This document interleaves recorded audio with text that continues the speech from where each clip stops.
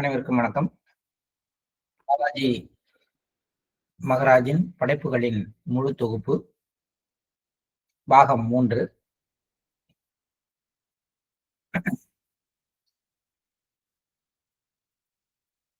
இந்த கடிதம் எண் 16 அன்னைக்கு எல்லாருமே படிச்சாங்க. இருந்தாலும் என்னுடைய கருத்தையும் நான் ஷேர் பண்ணிக்கிறதுக்காக இன்னைக்கு தொடர்ந்து அங்கே படிக்கிறேன்.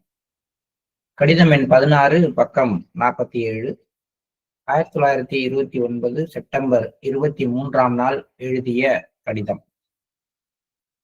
அன்பு சகோதரரே, அவர் உங்களை பாதுகாப்பாராக. உங்களது சூழ்நிலை பற்றி எனக்கு தெரிவிக்கப்பட்டது. விடுமுறை நாட்களில் நான் வெளியூர் செல்ல போவதில்லை. ஒருவேளை சென்றால் தசரா விடுமுறையில் போகாவிற்கு செல்வேன். என்னுடைய உடல்நிலை சரியில்லை என்பதற்காக நீங்கள் வேதனைப்பட தேவையில்லை. என்னுடைய உடல் நலம் நன்றாகவே இருக்கின்றது. ஆனால் மனதில் ஓரளவு சோகம் இருக்கிறது. இது உங்களை பாதிக்கலாம். சில நேரங்களில் இப்படியும் நடக்கிறது. இது எவருடைய தவறும் இல்லை. இது ஒரு இயல்பான செயல். நல்ல நேரமும் ஒரு நாள் வரும். தாடி வளர்ப்பது அல்லது மக்கள் கூட்டத்தில் இருப்பது ஆகிய விஷயங்கள் பரம்பரை வழக்கங்கள் சம்பந்தப்பட்டவை. இவற்றுக்கும் ஆன்மீகத்திற்கும் எந்த தொடர்பும் இல்லை.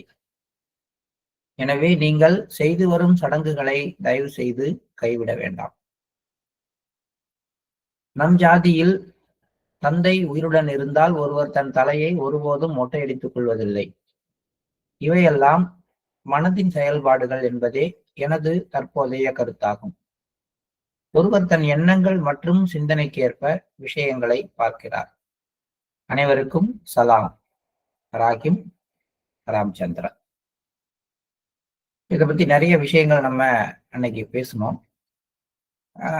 முக்கியமா இந்த கடிதத்தை படிக்கும் பொழுது ஒரு கற்பனையா ஒரு இந்த கடிதம் எழுதியவர், இப்போ ஒருத்தருக்கு லாலாஜி கடிதம் எழுதுறாரு. இந்த கடிதம் யாரோ ஒருத்தர் எழுதின கடிதத்துக்கு பதில் கடிதம், அப்படிதான். அப்ப அந்த கடிதம் எழுதியவர் என்ன கேட்டிருக்கலாம், இதுதான் நம்முடைய ஒரு அசம்ஷனா இருக்கணும். அந்த என்ன கேள்விகளுக்கு லாலாஜியுடைய பதில் இது மாதிரி இருந்தது அப்படின்னு ஒரு கற்பனையா நம்ம எடுத்துக்கிட்டோம்னா கடிதம் இன்னும் கொஞ்சம் நன்றாக புரியும். அதுல அவர் 2-3 விஷயங்கள் சொல்லியிருக்கலாம். முதல் விஷயம் என்ன அப்படின்னா, மாஸ்டருடைய உடல் நலத்துக்காக ரொம்ப வருத்தப்பட்டிருக்கலாம். மாஸ்டர், எனக்கு மனசே சரியில்லை, உங்களுக்கு உடம்பு சரியில்லைங்கிற மாதிரி எனக்கு ஒரு ஃபீலிங் இருக்கு. அதனால எனக்கு மனதுல எப்பயுமே ஒரு வருத்தம் இருந்துகிட்டே இருக்கு. உங்க உடம்பு எப்படி இருக்கு, நல்லா இருக்கா அப்படின்னு ஒரு கேள்வி கேட்டிருக்கலாம். ஏன்னா நேருக்கு நேர் பார்த்து கொள்ளக்கூடிய தூரத்துல இல்லாம தொலைவுல இருந்தவங்க, தொலைபேசியில பேசிக்க முடியாம இருந்தவங்க தானே கடித தொடர்பு கொண்டு இருந்திருப்பாங்க. நம்மளால நம்ம தலைமுறையாலேயே இப்ப இதை யோசனை பண்ணி பார்க்க முடியல, அந்த மாதிரிலாம் இருந்திருக்குமான்னு. அடுத்த தலைமுறைக்கு தெரியாது. உடனே போன் பண்ணி இல்ல வாட்ஸ்அப்ல போட்டு என்ன பண்ணோம் அப்படின்னு கேட்கறதுக்கான வாய்ப்புகள் இல்லை. அப்ப எங்கேயோ இருந்த ஒரு சீடர் மாஸ்டருக்கு லெட்டர் எழுதி அதுல உங்களுடைய உடல்நிலை எப்படி இருக்கு, உங்க உடம்பு நல்லா இல்லாத மாதிரி எனக்கு ஒரு ஃபீலிங், அதனால நீங்க ரொம்ப கஷ்டப்படுறீங்க அப்படிங்கிற மாதிரி எனக்கு ஒரு வருத்தம் உள்ளுக்குள்ளார இருக்கு மாஸ்டர் அப்படின்னு எழுதியிருந்திருக்கலாம் குருவே அப்படின்னு. அதுக்கு லாலாஜி இந்த கடிதத்துல பதில் சொல்றார். சகோதரரே, என்னோட உடல்நிலை சரியில்லை என்பதற்காக நீங்க வேதனைப்பட வேண்டாம். என்னுடைய உடல்நிலை சரியில்லை, ஆனால் உடல் நலம், ஒட்டுமொத்த ஹெல்த் நல்லாவே இருக்கு. மனசுல கொஞ்சம் சோகம் இருக்கு. அது எதனால வந்தது அப்படிங்கிறத பத்தி வரலாறு நமக்கு ஓரளவுக்கு தெரியல. அது இந்த அளவு டீட்டெயிலாவும் இல்லை. அந்த சோகம் இருக்கிறது, அது உங்களை பாதிக்கலாம்ங்கிறார். இங்க நம்ம பார்க்க வேண்டியது என்னன்னா, என்னுடைய மனதில் இருக்கின்ற சோகம் உங்களை பாதிக்கலாம். குருநாதரை பத்தி நினைச்சிட்டு இருக்கும்பொழுது குருநாதர் சந்தோஷமா இருந்தா நீங்க சந்தோஷமா இருப்பீங்க, குருநாதர் சோகமாக இருந்தால் சோகமாக இருப்பீங்க. இது ஒரு மேலோட்டமா குருநாதரை மனதளவுல தொடர்பு கொள்ற ஒருத்தருடைய நிலைமையில ஒண்ணு. சில நேரங்களில் இது போலவும் நடக்கின்றது. அதாவது என்கிட்ட இருக்கக்கூடிய இந்த சோகம் வருத்தம் எல்லாம் கூட சீடர்களை சென்றடைகிறது. இதுல யாருடைய தவறும் இல்லை. என் தவறும் இல்லை, உங்களுடைய தவறும் இல்லை. இது ஒரு இயல்பான செயல்தான். நல்ல நேரமும் ஒரு நாள் வரும் அப்படிங்கிறார். இந்த நல்ல நேரமும் ஒரு நாள் வரும் அப்படிங்கிறது என்ன அப்படின்னா, ஆக்சுவலா வந்து உண்மையிலேயே சீடர் வந்து குருநாதரை உள்முகமாக சார்ந்து இருக்கும் பொழுது அவருடைய சோகம், அவருடைய மகிழ்ச்சி இதெல்லாம் டிரான்ஸ்ஃபர் ஆகக்கூடாது. எது டிரான்ஸ்ஃபர் ஆகணும் அப்படின்னா, அவருக்குள்ளார இருக்கக்கூடிய அந்த தெய்வீக தன்மை, அவர் வந்து எந்த ஒன்றின் மீது சார்ந்து இருக்கிறாரோ, எந்த உள்நிலையில் இருக்கிறாரோ, அந்த உள்நிலையை, அந்த குருநாதருடைய உள்நிலையை அந்த சீடர் பிரதிபலிக்கணும். அது வந்து அவருக்குள்ளார பாதிப்பை ஏற்படுத்தணும். அதுதான் நல்ல நேரம்னு சொல்றாரு. நல்ல நேரமும் ஒரு நாள் வரும். அந்த மாதிரி ஒரு நாள் வரும் பொழுது நீங்க எனக்குள்ளார இருக்கிற இந்த இந்த மாதிரி சோகம் அல்லது மகிழ்ச்சி இந்த மாதிரி விஷயங்களை வந்து பிரதிபலிக்கிறதுக்கு பதிலா எனக்குள்ளார இருக்கிற அந்த ஒரு ஆன்மீக நிலையை நீங்க உங்களுடைய மனது, உங்களுடைய உணர்வு பிரதிபலிக்கும். அந்த நாள் ஒரு நாள் வரட்டும் அப்படிங்கிறார். ஏன்னா குருநாதருடைய மேலோட்டமான மன உணர்வுகள் நம்மளை பாதிக்கிறது அவ்வளவு நல்ல விஷயமா? அவர் சந்தோஷமா இருந்தாதான் நம்ம சந்தோஷமா இருக்கிறது, அவர் வருத்தப்பட்டா இங்க நமக்கு கண்ணுல தண்ணி வர்றது, இதெல்லாம் ரொம்ப ரொம்ப மேலான உணர்ச்சி வசப்பட்ட ஒரு தொடர்பு நிலை.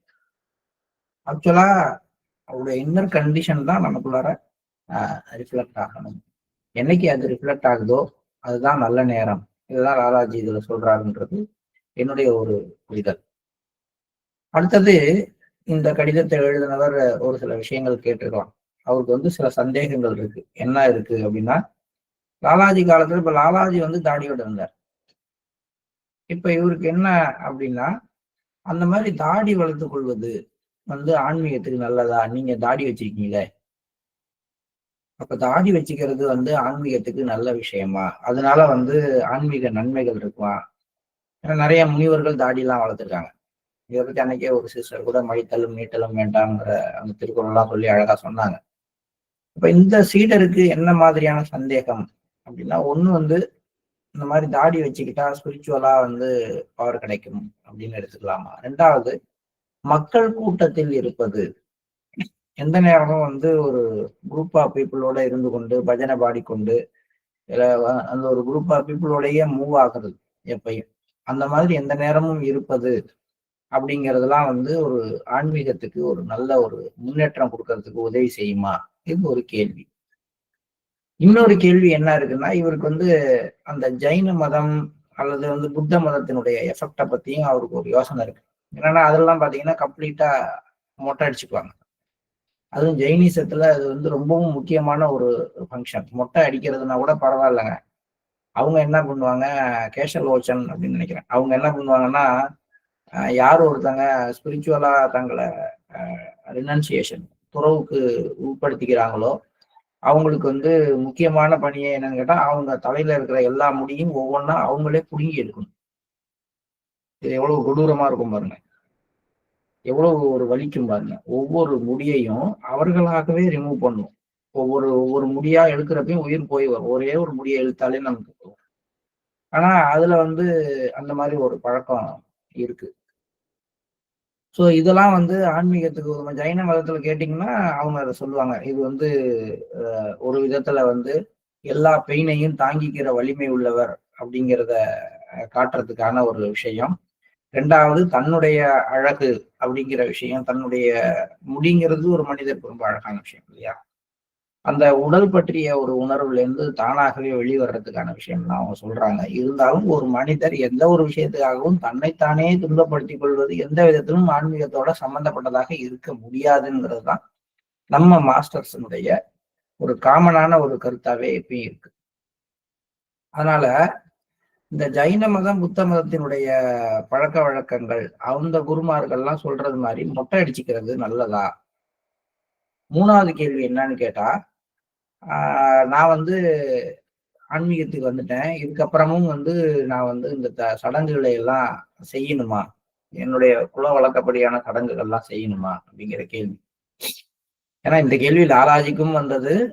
லாலாஜியும் இது மாதிரி அவர் குருநாதர்கிட்ட போய் நின்னார். எப்படி நின்னார்னா, அவருடைய குருநாதர் வந்து முஸ்லீம்.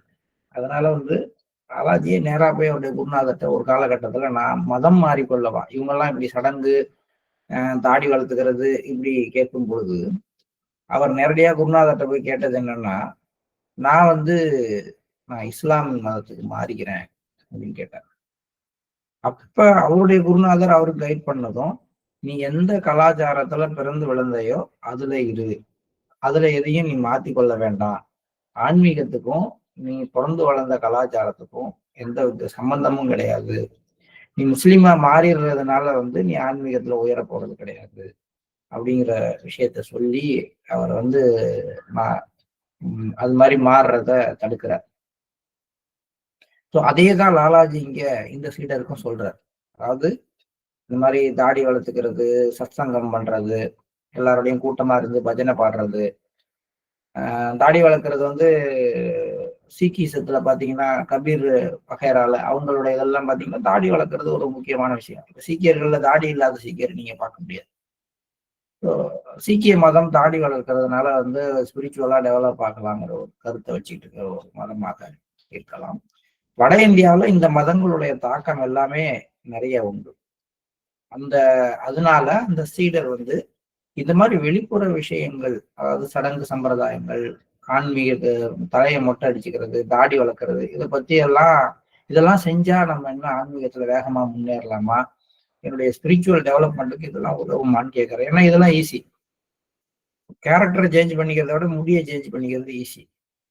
வலிச்சா கூட 2 முடியை பிச்சு போடுறது ஈஸி. ஆனா மனசுல வலியோட ஒரு விஷயத்த எடுத்து போடுறதுங்கிறது ரொம்ப கஷ்டமான விஷயம். அதனால நம்ம எப்பயுமே இந்த வெளிப்புறமான விஷயங்களை செய்யறதுக்கு உடனே ஆசைப்படுவோம். ஈஸி 1, உடனே செஞ்சிடலாம் 2, 3வது ரிசல்ட் நம்ம கண்ணுக்கு தெரியும். அதனால வெளிப்புற விஷயங்களை நம்ம எப்பயும் செய்து தலைகீழ ஒரு 2 மணி நேரம் நின்னா, இப்போ வந்து முதல் பாயிண்ட்ல 2வது பாயிண்ட்டுக்கு போயிடலாம்னா நம்ம எல்லாருமே நிக்கிறதுக்கு ரெடியா இருக்கும். அந்த மாதிரி தான் நம்முடைய இந்த சீடர் வந்து கேள்வி கேட்கிறாரு. இது அவருக்கு மட்டும் இல்லை, நமக்கு உள்ளதுதான். இப்ப இந்த சடங்கு சம்பிரதாயங்கள் நமக்குள்ள வழக்கப்படி உள்ள உலகங்கள்லாம் வந்து விட்டுட்டு நம்ம வந்து ஒரு புரட்சிகரமான மனிதரா வெளில வரணும்னு தேவை கிடையாது. நீங்க ஃபாலோ பண்ணுங்க. ஒரு நாளைக்கு அது உங்களை விட்டு போகும். இது தேவையில்லைன்னு தோணும். அன்னைக்கு அது இயல்பாவே அதன் மீது உங்களுக்கு உள்ள அந்த ஒரு ஈர்ப்பு போயிடும். அடுத்த கட்டம் எப்படி வரும் அப்படின்னு பாத்தீங்கன்னா, அதை இன்னொரு நிலைமையில இருந்து செய்யக்கூடிய ஒரு தன்மை உங்களுக்கு வந்து சேரும். இதுதான் வந்து சடங்கு சம்பிரதாயங்களை பற்றிய விஷயம். ஏன்னா ஏற்கனவே நம்ம 1944 ஃபீஸ் படிச்சும் போதெல்லாம் படிச்சிருக்கோம். அதாவது வந்து இறந்தவர்களை எரிக்கிற சடங்குல என்ன என்ன இந்து மதத்துல என்ன இருக்கு, அதனுடைய பெனிஃபிட் என்ன அப்படிங்கிறது சொல்றாரு. அதே மாதிரி அந்த மூதாதையர்களுக்கு வந்து இங்க இருந்து வந்து திதி கொடுக்கும் பொழுது அந்த எனர்ஜியை எப்படி அனுப்புறது லாலாஜி அதை பத்தி சொல்றாரு. இதெல்லாம் வந்து உண்மைன்னு நீங்க உணரும் பொழுது, உண்மையான சாராம்சம் தெரியும் பொழுது அதுக்கு அர்த்தம் வேற. இல்ல இதையெல்லாம் வந்து ஒரு குருநாதர் ஏத்துக்கிற ஒரு தன்மை வரும் பொழுது, இப்ப சமீபத்துல மாஸ்டர் கொடுத்துருக்க அந்த மெசேஜ், அதை கூட நம்ம ஒரு நாளைக்கு படிப்போம். அதுக்கு ஒரு 2-3 நாள் ஒதுக்கி படிப்போம். அதுலயும் அவரு அழகா சொல்றாரு, ஹைட்ரஜனாகவோ ஆக்சிஜனாகவோ இருக்கும் பொழுது அதுக்குரிய சுய தர்மம் வேற, நீராக மாறிவிட்ட பேரு அதுக்குரிய சுய தர்மம் வேற. அது மாதிரி நீங்கள் தனியாக உங்களுடைய சமூகத்துல இருக்கும் பொழுது உங்களுடைய சுய தர்மத்தை நீங்க கடைபிடிங்கள். நீங்கள் மாஸ்டரோட ஐக்கியமாகிய பிறகு ஒரு புதுமையான ஒரு டிரான்ஸ்பர்மேஷனுக்கு உட்பட்ட பிறகு உங்களுடைய சுய தர்மம் எல்லாம் மாறி போகுது. உங்களுடைய அமைப்பு முறையும் மாறி போயிடுது, உங்களுடைய இயல்பும் மாறுது. அப்ப ஆட்டோமேட்டிக்கா நீங்க இந்த சடங்குகளை செய்ய வேண்டிய அவசியம் இல்லாமல் போகலாம். இதெல்லாம் வந்து இதுக்குள்ளார அடக்கம். ஸோ அந்த சீடருக்கு அந்த நேரத்துல அவர் சொல்ற முக்கியமான விஷயம், நீங்கள் செய்து வரும் சடங்குகளை கைவிட வேண்டாம், அதுக்கான நேரம் வர்ற வரைக்கும் வெயிட் பண்ணுங்கிறதான் அதுக்குள்ளார இருக்கிற அர்த்தம். நம் ஜாதியில் நம் அப்படிங்கிறது இந்த அவர் காஸ்ட் அப்படிதான் அவர் சொல்றாரு. அதாவது எங்களுடைய அப்படின்னு கூட எடுத்துக்கலாம். லாலாஜி பிறந்தது வந்து காயாஸ்தா ஃபேமிலி. கயாஸ்தா ஃபேமிலியில வந்து இந்த மொட்டை அடிச்சுக்கிறது, ரினன்சியேஷனுக்காக, அதாவது துறவு வாங்குறதுக்காக தலையை மலித்துக் கொள்வதெல்லாம் பழக்கம் இல்லை அப்படிங்கிறார். தந்தை உயிரோடு இருக்கும் பொழுது ஒருவர் தன்னுடைய தலையை ஒருபோதும் மொட்டையடித்துக் கொள்வதில்லை அப்படின்னு சொல்றார். ஸோ அந்த மாதிரி ஒரு பழக்கம் எங்களோடதுல இருக்கு. அதெல்லாம் தாண்டி இந்த மொட்டை அடிச்சுக்கிறது, சடங்கு சம்பிரதாயங்கள் இவை எல்லாம் மனதின் செயல்பாடுகள். இதுக்கும் ஆன்மீகத்துக்கும் எந்த சம்பந்தமும் இல்லை. இதையெல்லாம் செஞ்சா மனசு திருப்தி அடையுது, அதனால செஞ்சுக்கிறாங்க. இதை செஞ்சா மனசு தன்னை உயர்வா நினைச்சுக்குது, அதனால செஞ்சுக்கிறாங்க. எந்த நேரமும் ஒயிட் அண்ட் ஒயிட்ல இருக்கிறதோ அல்லது காவி கட்டிக்கிறதோ உங்களை ஆன்மீகத்துல உயர்வானவராக தனித்துவம் மிக்கவராக காட்டுதுன்னா உண்மையிலேயே மாறல. மனது தன்னை தனித்துவம் மிக்கவராக எண்ணிக்கொள்வதற்கு அது பயன்படுது. அவ்வளவுதானே. ஒரு காவி கட்டிக்கிறது அல்லது ஒரு தாடி வளர்த்துக்கிறது, உடல் முழுவதும் திருநீரை அணிந்து கொண்டு மத சின்னங்களை அணிந்து கொள்வது, இல்ல கிறிஸ்டியானிட்டியில இருக்கிற மாதிரி நீளமான அங்கியை உடுத்தி வெள்ளை கலர்ல அங்கியை உடுத்தி கொண்டு ஒரு சிலுவையை போட்டுக்கொண்டு நம்மளை ஃபாதர்னு நம்மளா கற்பனை பண்ணிக்கலாம். அது மாதிரி நல்ல ஒரு தொப்பி வைத்துக்கொண்டு தாடி வளர்த்து கொண்டு நம்மளை ஒரு சூஃபி செயிண்டா கூட நம்ம நினைச்சுக்கலாம். ஸோ இதெல்லாம் உண்மையிலேயே இந்த தொப்பி, தாடி, நீளமான அங்கி, காவி இது எதுவுமே நேரடியாக ஆன்மீகத்தோடு தொடர்பு இல்லை. ஆனால் மனது என்ன பண்ணுது, இந்த அடையாளங்களை வைத்து கொண்டு நம்மளுடைய இதை அதிகப்படுத்திக்குது. தன்னை ஒரு ஆன்மீகத்துல முன்னேறியவராக. அங்கெல்லாம் சுத்தி வளைச்சு நம்ம மிஷனுக்கு வந்தோம்னா பேட்ச் போட்டுக்கிட்டா நான் அபியாசி அப்படின்னு நினைச்சுக்கிற மாதிரி. அது பேட்ச் போட்டுக்கிட்டா என்னுடைய ஸ்பிரிச்சுவல் டெவலப்மெண்ட் எனக்கு வராது. உண்மையான ஆன்மீக முன்னேற்றம்ங்கிறது நான் என் மேல செயல் பண்ணணும், மாஸ்டருடைய கருணை என் மேல செயல் பண்ணணும், அப்பதான் வரும். ஸோ இது மாதிரியான கருத்துக்கள் எல்லாமே ஒருவருடைய மனதின் செயல்பாடுகள் தான். அவர் ஒவ்வொருத்தருமே, நானா இருந்தாலும் நீங்களா இருந்தாலும் யாரா இருந்தாலும், ஒரு விஷயத்தை அவர் பார்க்கிற விதம் எதை பொறுத்ததுன்னா அவருக்குள்ளார வைத்திருக்கக்கூடிய எண்ணங்கள் மற்றும் சிந்தனை, இதை பொறுத்துத்தான் ஒரு விஷயத்தை ஒருவர் பார்க்கிறார். இது ரொம்பவும் பெரிய விஷயம்லாம் கிடையாது, ரொம்ப சாதாரணமான விஷயம். என்ன ரொம்ப சாதாரணமான விஷயம்? அதாவது உலகியல் வாழ்க்கையில ரொம்பவும் ஈடுபாடு உடைய, எல்லாவற்றையும் பணம் சம்பாதிக்கிறதுக்கான ஒரு விஷயம் அப்படின்னு பாக்குற ஒருத்தரா இருக்கிறாருன்னு வச்சுங்களேன். அவரை நம்ம கண்காவுக்கு கூட்டிட்டு போறோம்.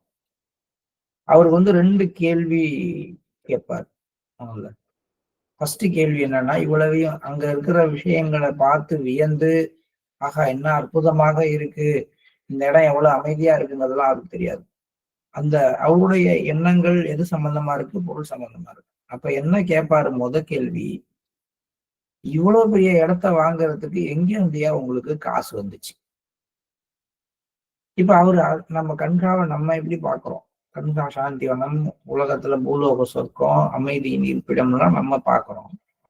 அங்க ஆன்மீகம் அந்த ஸ்பிரிச்சுவல் கிரேஸ் எந்த நேரமும் நிரம்பி இருக்கிறத நோக்கி நம்ம பார்க்கிறோம். ஏன்னா நம்முடைய எண்ணம் சிந்தனை வேற மாதிரி.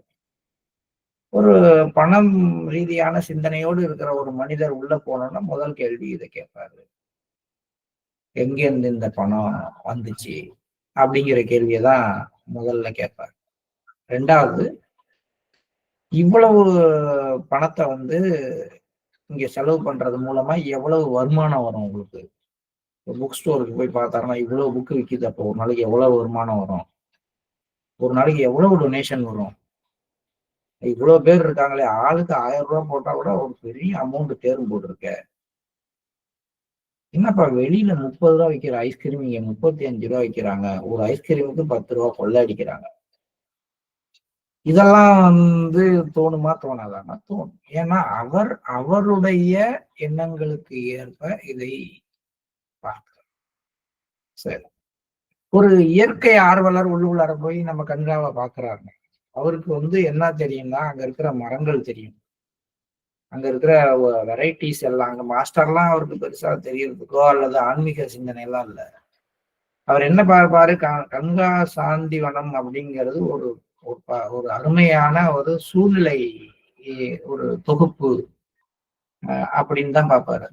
ஏன்னா என்விரான்மெண்டல் லெவல்ல எல்லா விதமான மரங்கள், ஒரு நீர்நிலை, ஒரு இயற்கையோட இணைந்த ஒரு வாழ்வு, இதெல்லாம் கொடுக்குது அப்படின்னு பார்ப்பாங்க. கம்யூனிசம் பேசுற ஒருத்தர் போனா என்ன பார்ப்பாரு? பரவாயில்லையே, எல்லாரும் சமத்துவமா இருக்கீங்களே, ஏழை பணக்காரங்கிற வேறுபாடு இல்லாம எல்லாம் ஒண்ணா இருக்கிறீங்க, ஜாதி மத வேறுபாடு இல்ல, ஒரு பொது உடைமை தத்துவம் இங்க இருக்குப்பா அப்படின்னு பார்ப்பாரு.